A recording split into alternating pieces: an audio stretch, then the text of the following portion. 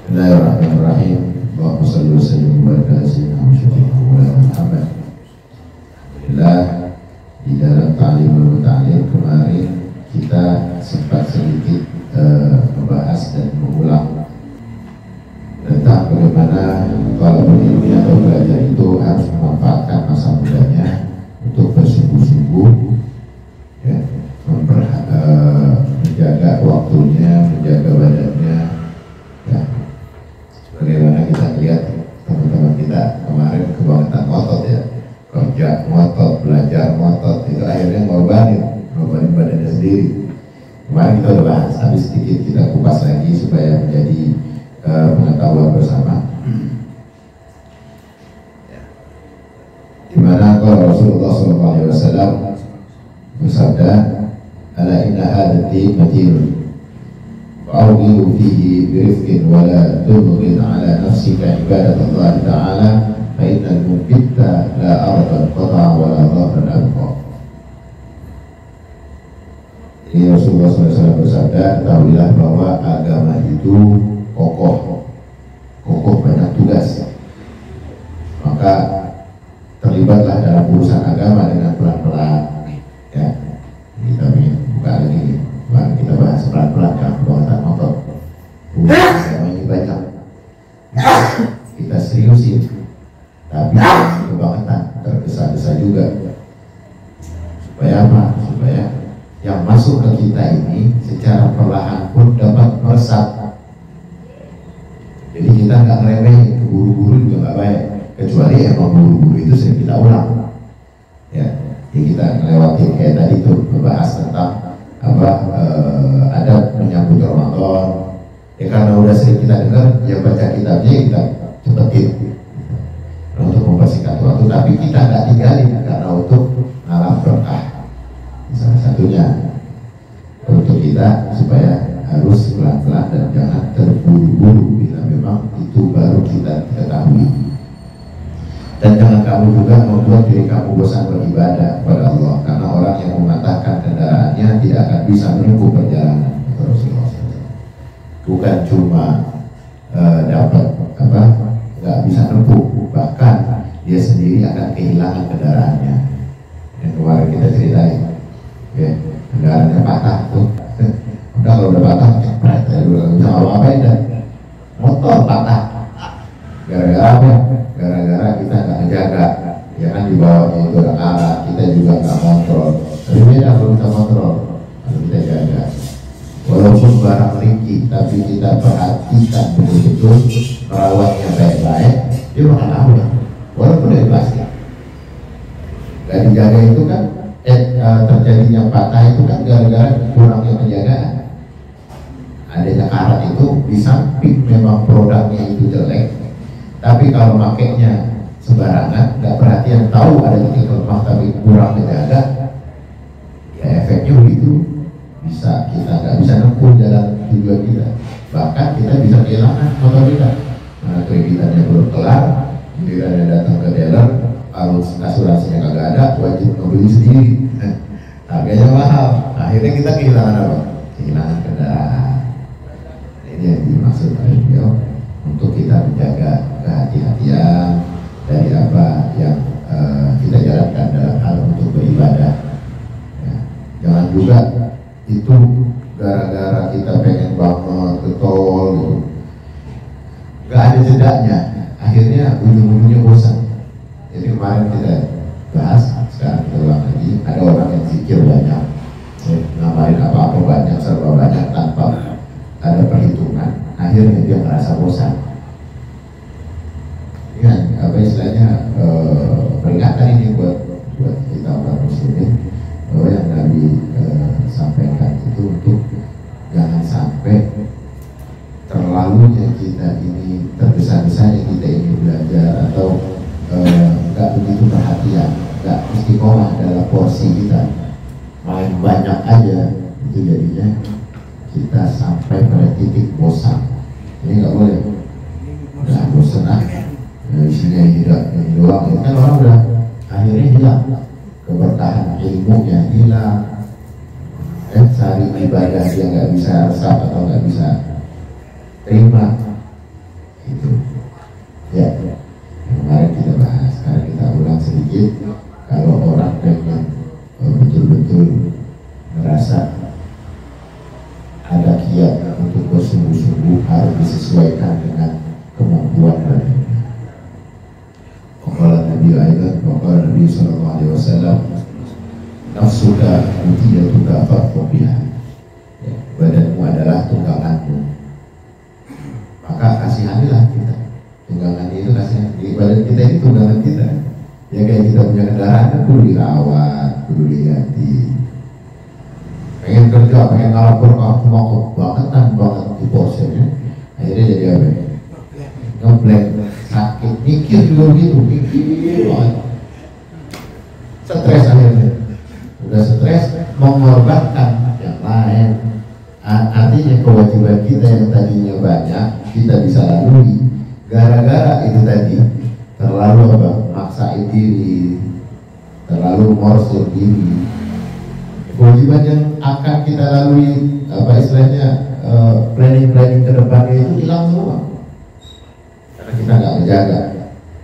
Nah, gimana kendaraan atau badan kita ini, waktu kita tunggangin kita nggak rawat, kita nggak perhatiin dia butuh gizi apa, dia butuh apa. Mana lagi di saat bulan puasa misalnya, stres nyari itu, pas dekat mau lebaran dia udah tepak, nggak bisa ngapa-ngapain.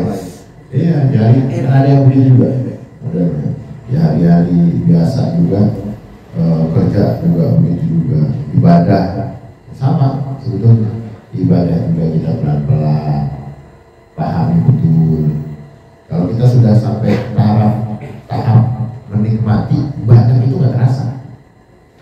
Ya artinya badan kita udah satu bati sama cita-cita dan mahabbah kita. Udah cita-citanya masuk dan kita enak, rasanya butuh banget. Sampai nggak terasa tuh kaki bongkar, jidat kita dengkul mulai kapalan. Itu nggak beda lagi. Ini yang dibuat ilmunya kagak ada, cintanya masih setengah, dia getolin banget. Pikir biar kaya, biar selamat punya ilmu kebal, bocor. Rupanya kagak kaya, kagak kebal. Kecewa akhirnya. Begini amat amalan, apa yang dirasa? Menghina. Yang didapat apa? Menghardik. Ya gurunya kena hardik. Itu kitab-kitab yang dia pernah baca hilang udah berkahnya. Gara-gara apa? Kehilangan dah kendaraan tadi yang kata Rasulullah, hilang kendaraannya, bahkan nggak bisa dipakai ke tujuannya gara-gara terlalu maksa ini. Yang ilmunya kagak mumpuni, mahabbahnya belum sampai, kebutuhannya belum sampai, dia udah maksain diri. Kalau emang batasnya belum dikasih kaya banget biar ngertiin diri kan. Orang kan ada kadarnya. Kalau pengen kaya itu ada tarafnya. Dia harus kerja, dia harus prihatin, dia harus.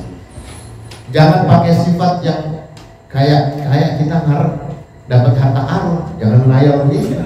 Wah, dapat harta karun kan nih. Jangan hayal. Kerja aja. Ketika Allah berikan rezekinya, maka akan diberikan kebutuhan, maka akan sampai pada kita.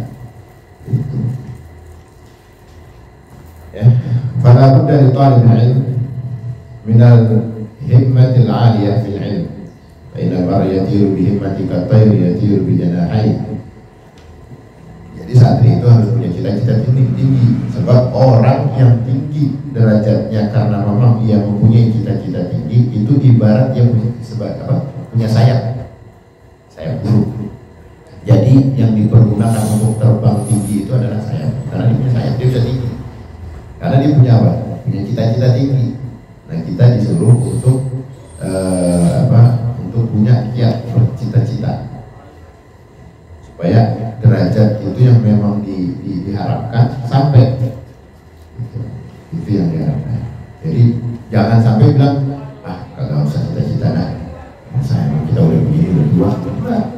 Kita disuruh jangan nyerah. Ya Allah, sama umur apa jangan nyerah. Kita jadiin itu kiat semangat kita. Punya cita-cita, mudah-mudahan aku menjadi ulama. Kalau tidak aku akan menurunkan generasi ulama. Itu kita harus punya cita-cita. tinggi, jangan distandarin. Minimal banget kalau kita udah punya cita-cita tinggi, walaupun dia terbang belum sampai ke puncak, dia sudah memiliki sayap. Itu ya. Abu Thalib berkata, kedudukan seorang itu tergantung menurut cita-citanya. Di dalam saya mengatakan, ala qadri ahli al-azmi ta'til azaimu wa ta'ti ala qadri al-karimi makarimu. Dan kemuliaan akan tergapai oleh orang-orang yang kalau cita-citanya tinggi dan mulia.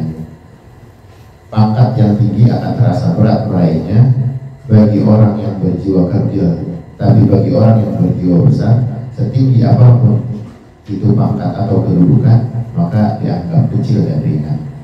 Jadi kalau kita punya cita-cita tinggi, punya harapan tinggi, ketika ada kesuksesan yang menurut orang mudah sampai sukses, sama dia enggak, masih belum.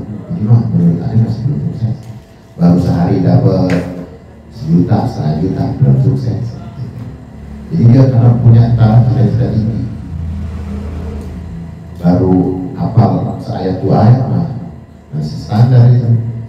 Jadi ada cita-cita tinggi yang diharapkan. Ada harus satu muka surat.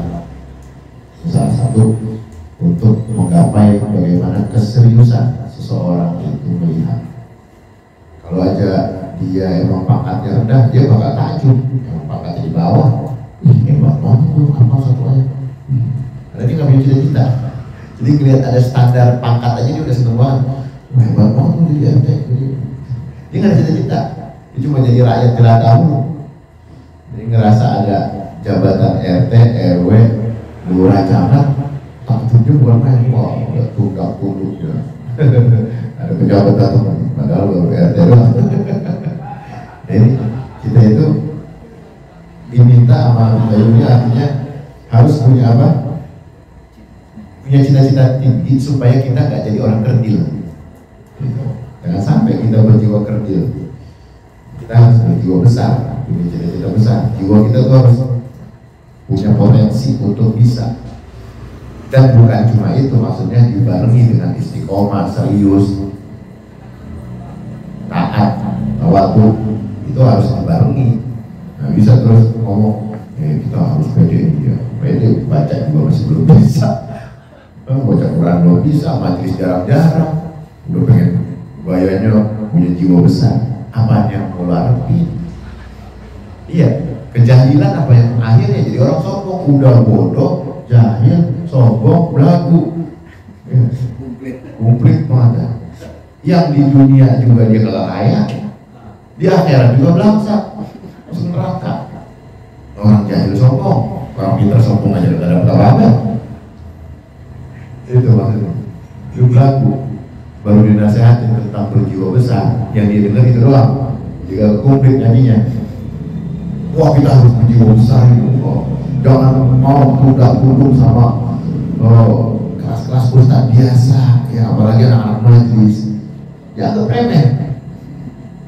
Nah ini akhirnya memandang jiwa besarnya itu bukan tempatnya, tapi dia mengkerdilkan dirinya dengan kesombongan. Ya kita pakai sorban, pakai kopiah putih, lewat masjid ada orang awam, kelihatan awam gitu, nggak pakai kopiah, pakai baju biasa, tangan pendek. Itu gayanya udah gue lebih tahu dari ini. Gak taunya itu hafiz Quran. Ini udah jahil, bodoh, ngaji kagak gablang, sombong. Waktu lagi disuruh baca, suruh sholat ya kan, silakan. Karena dia pakai kopiah, dia udah iya aja dong. Baca Fatihah berantakan, baca surat udah kagak ketemu ujungnya. Ya katanya di belakang, ya Allah, ya Rabbi, katanya sombong. Iya, jahilnya sampai nyokap, double stereo. Ini jangan sampai. Ini fenomena kita, ya fenomena kita ini sekarang. Karena emang kopiah juga gampang dibeli, baju gampang dibeli, paket itu seolah-olah dia merasa udah. Ini harus disesuaikan. Kita harus tahu istiqomah. Kalau kita semata-mata untuk sunnah, Fatah apa? Bagus. Ya sudah, karena Rasul suka baju yang bersih putih. Jadi ada majlis itu, untuk bermajlis juga nggak boleh kita biasa-biasa aja tangan pendek, kaos, karena sembarang. Nah, kita menjaga kemuliaan itu juga sunnah. Cuma jangan terjebak oleh situasi itu. Mentang-mentang kita anak majlis, mentang-mentang kita sering taklim, mentang-mentang kita sering. Kalau udah bahasanya udah mentang-mentang, udah dah, udah temannya beli sudah. Karena orang remeh ini jangan sampai ya. Kita jaga, kita ini belajar adab akhlak itu untuk bagaimana bisa menempatkan diri kita kepada orang di sekitar kita. Adab jaga. Kalau kita ngaku umatnya Rasul, apalagi sering baca maulid, dengar maulid, apalagi kita sering duduk di tabligh akbar, kita hadir.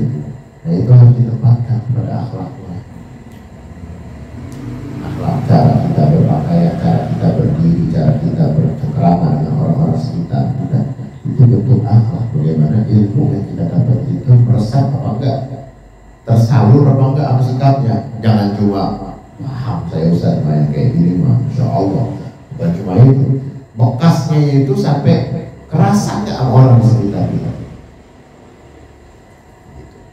Ini adab yang sampai kita dapat petik hasilnya. Nikmat kehadirannya, nikmat adanya, nikmat membuat kita tenang. Jarang-jarang ketemu, tapi kalau udah ketemu tenang. Karena apa? Terbuai dengan akhlaknya. Ada orang sering ketemu, pertanyaan bawaannya. Harusnya kan orang sering ketemu itu menumbuhkan cinta. Ini enggak, bikin gede. Apalagi kalau udah sampai orang udah jarang ketemu, sekalinya datang kagak jarang. Aduh, ada dia, udah malas banget. Jadi jangan sampai celaka-celakanya orang tidak diharapkan, kehadirannya tidak dirindu. Ya, sampai kepergiannya pun sangat dilapangkan. Itu alamat orang paling buruk, orang paling jelek. Nauzubillah min dzalik. Wa rasul fi tahsil asya'i jiddul wal himmatul 'aliyah. Faman kanat himmatuhu hifdzul jami' kutiba Muhammad bin Hasan rahimahullah ta'ala waqtarana bidzalika al-jiddu wal muwadhabatu wa dhahiru annahu yahfadhu aktsaruha aw nisbaha. Jadi modal paling pokok itu jadi kesungguhan dalam segala sesuatu untuk dicapai, asal mau. Ya, kesungguhan itu betul-betul asal mau bersungguh-sungguh ya kan didapat. Cita-cita luhur yang tadi kita sampaikan. Barang siapa punya cita-cita menguasai kitab, misalnya karyanya Imam Muhammad bin Hasan, ya, asal disertai dengan kesungguhan. Kalau kita mau menguasai ilmu ta'lim ada insan, kalau sungguh-sungguh betul, sungguh kita baca, kita tahu. Ini dengan ketekunan itu kita bisa dapat, kita bisa kuasai. Kitab apa aja, kalau kita sungguh-sungguh, Ustaz, ini pengen nih membaca, membahas apa yang bisa betul-betul dapatkan. Jadi kesungguhan kitab apa yang betul-betul kita dapat kuasai. Misalnya hadis Arba'in Nawawi, hadis kitab Adabul Ihsan, kisah-kisah sahabat atau tabi'in, pengen ada yang menguasai itu dengan kesungguhan akan didapatkan. Ini mu'alif dia mengatakan dia akan dapatkan dengan ketekunan. Ya. Kalaupun dia tidak menguasai seluruhnya, dia akan mendapatkan penguasaan separuh. Karena dengan apa? Kesungguhan, dengan cita-cita yang luhur.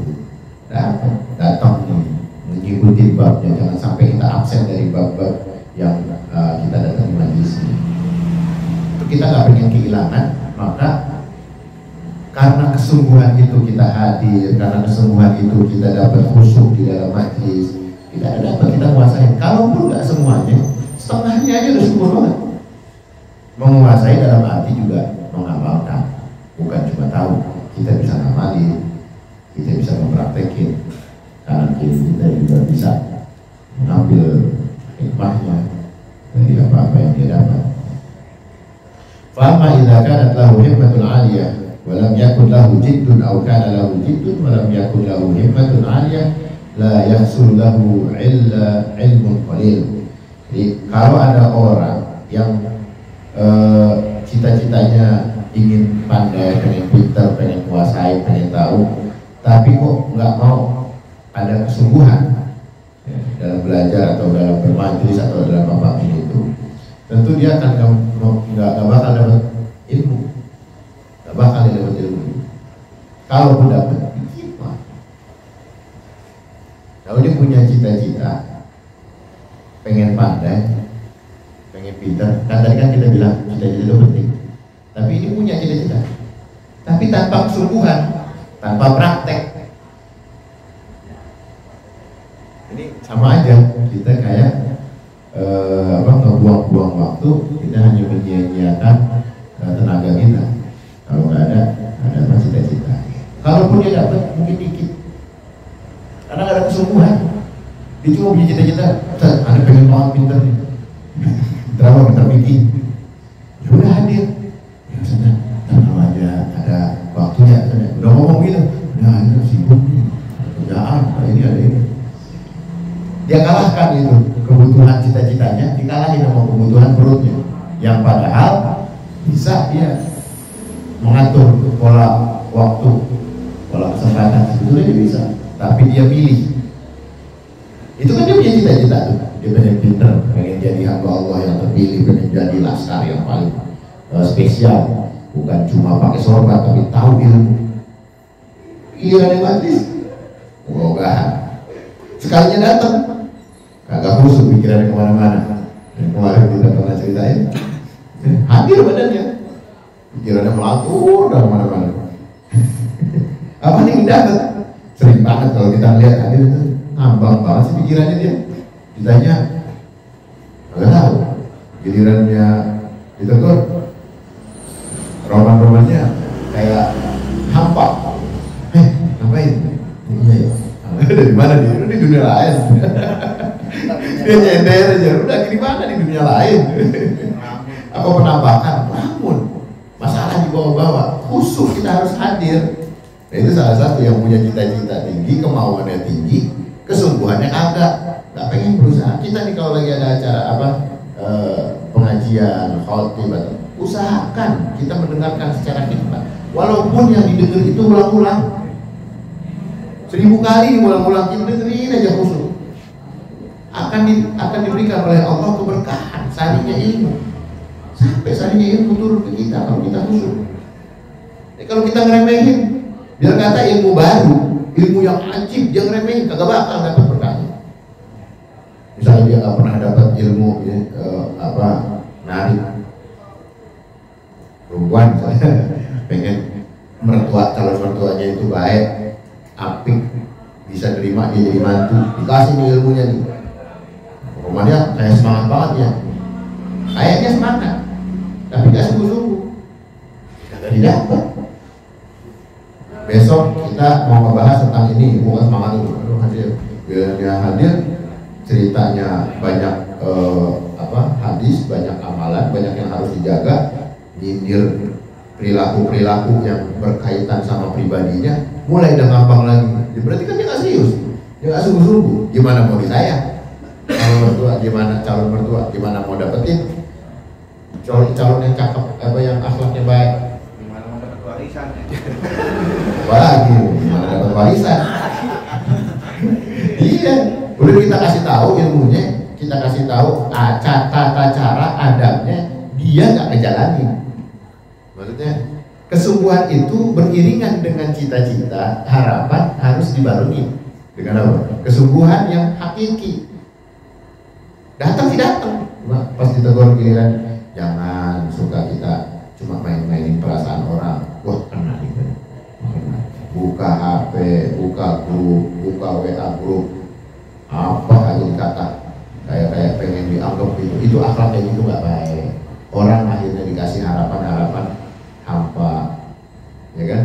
Ya kita nyapa perempuan, semuanya kita sapa, kayak kita mau jaring ikan. Kali aja ada yang nyangkut, giliran ada nyangkut kita milih-milih. Berarti kan dia akhlaknya masih nggak baik. Itu ditegur, giliran ketegur, giliran terasa sama dirinya nggak nyaman. Aduh, salah ngaji gue.